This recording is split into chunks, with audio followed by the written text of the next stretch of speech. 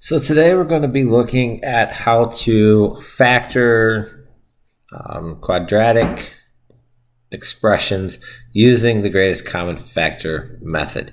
As a warm-up, we're going to look at 5a plus 5b equals 5 times a plus b.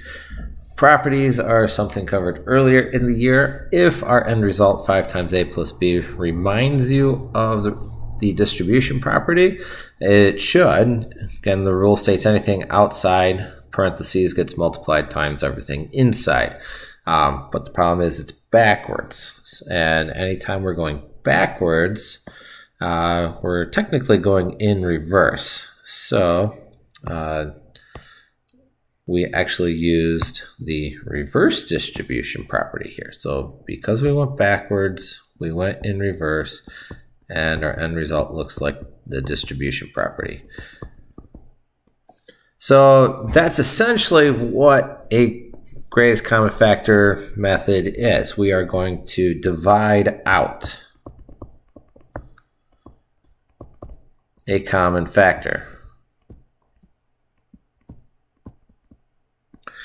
And all our answers are going to be written using that reverse distribution property.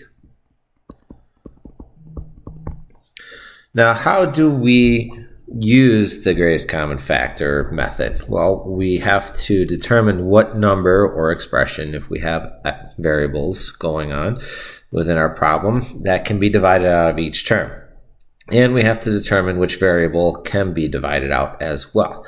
So after we divide things out, whatever is left is going to go inside parentheses.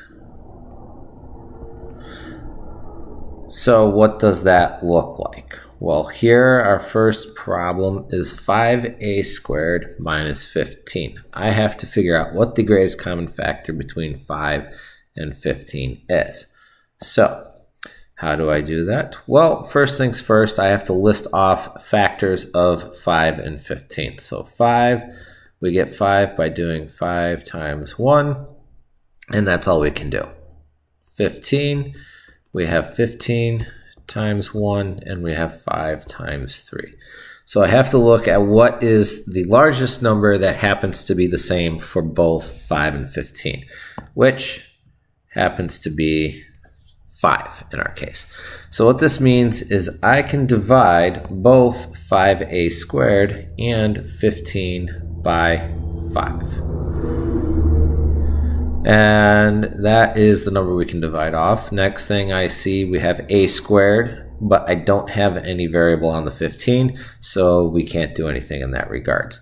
So the only thing I can divide by is 5. So anytime we're dividing by a specific number, we'll write it down, and whatever we have left after dividing off of 5 will be inside parentheses. So 5 divided by 5 is 1. We don't really need it for what we have left, which in our case is a squared. And then negative 15 divided by 5, we get minus 3.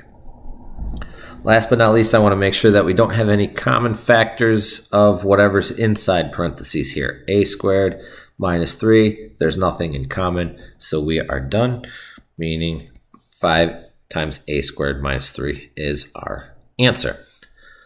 If I look at number 2, 10x minus 25x squared, I'm going to do the same thing I just did. I can either list off the factors like we did with 5 and 15. So let's say 10. 10 we can get by 10 times 1, and we can also get it by 5 times 2. 25, we get 25 times 1. We also get 5 times 5. So I take a look at it, I see we both have 5 as a common factor, which means we can divide both by 5. There is an alternative method than listing off all the factors, because looking further down the line, I see number 3, we got 8 and 56, we got 48 and 36 in number 6. So that way there, it becomes a little more difficult to list off all the factors. Our calculator, the TI-83 Plus, actually has a function where we can figure out the common factor between two numbers.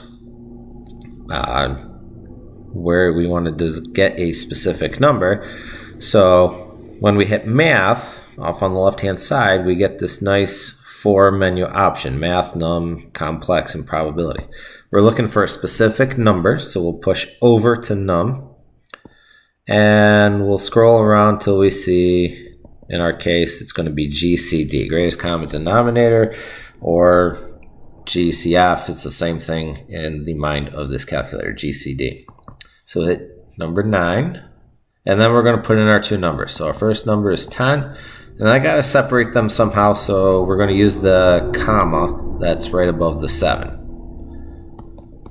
And then we'll put 25, hit enter, and it's going to give us 5. So that is using the calculator to figure out the greatest common factor between two numbers.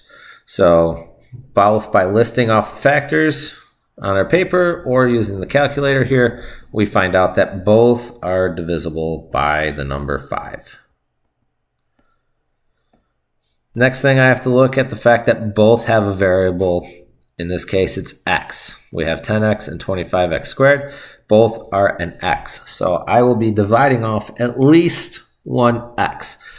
Question becomes, how many x's can I take off? Well, whatever the smaller amount is, that's what we take off. So here we have x versus x squared. The smaller one is x, so we're going to divide by x. Just like before, whatever we divided off, we put off to the side. And whatever is left is going to go inside parentheses. So we'll divide number by number, letter by letter. So 10 divided by 5 gives me 2. X divided by x, anything divided by itself is 1. So we don't really need that. It cancels out. And then we're subtracting in our problem. We have 25 divided by 5 gives me 5. And then x squared divided by x. Anytime I'm dealing with exponents on variables like this, is the top exponent minus the bottom. So exponent on top is 2, exponent on the bottom is 1. 2 minus 1 gives me an exponent of 1, so just 5x.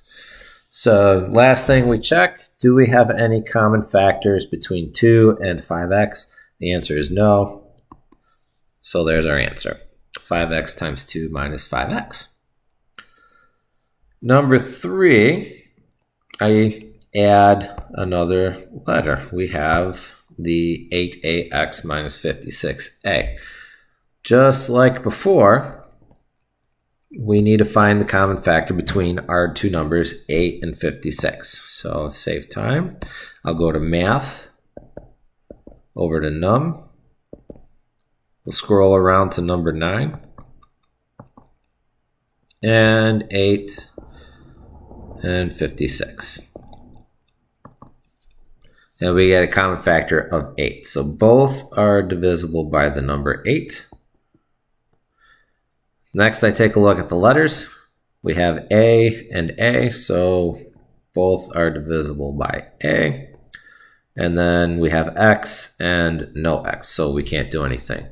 So 8A is what we're dividing by.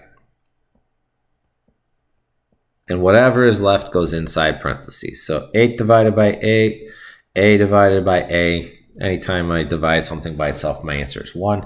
The only thing we have left after dividing by 8A, in this case, is X. And then 56 divided by 8. Again, if you're unsure, 56 divided by 8 gives me 7. And then A divided by A, again, anything divided by itself is 1, so we don't really need it in our case here. So we end up with 8A times X minus 7.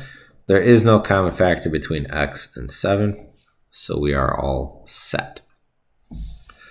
Number 4, X times 2X plus 5 minus 3 times 2X plus 5 looks a little bit different. We don't have a set binomial like we do in the previous one.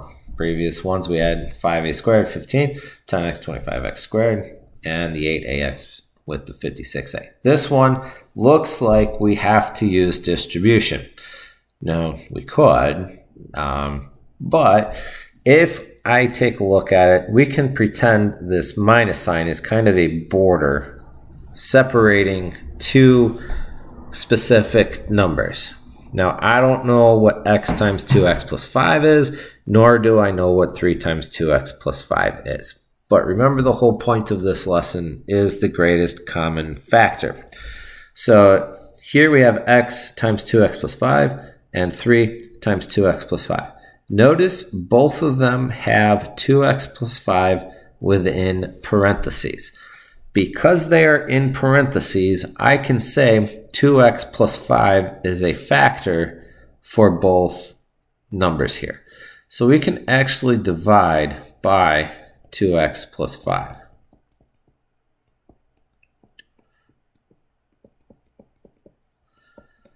So just like before, whatever we're dividing by is put off to the side. In this case, it's 2x plus 5.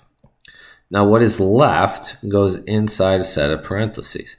Well, we divided by 2x plus 5, so all we have left is x.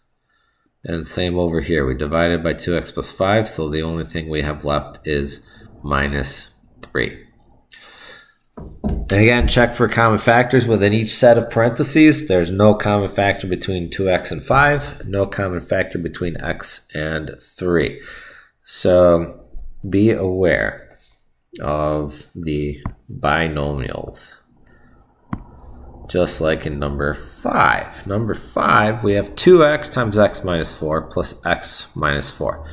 This is the exact same setup as the previous problem. Again, the plus sign in the middle is the separation between 2x times x minus 4 and our x minus 4. Notice both sides of that plus sign have x minus 4 within parentheses. So we are actually capable of dividing by x minus 4.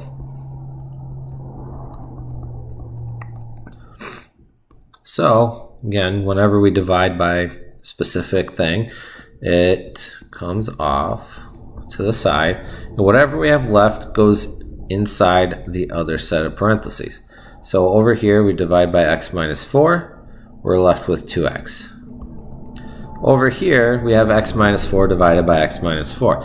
Again, general rule of thumb is anytime I divide something by itself, my answer is 1. So because we are dividing x minus 4 by x minus 4, I'm going to get 1. And we are adding. So 2x plus 1. Again, last thing we do is check for common factors. There are none, so we're all set with that one.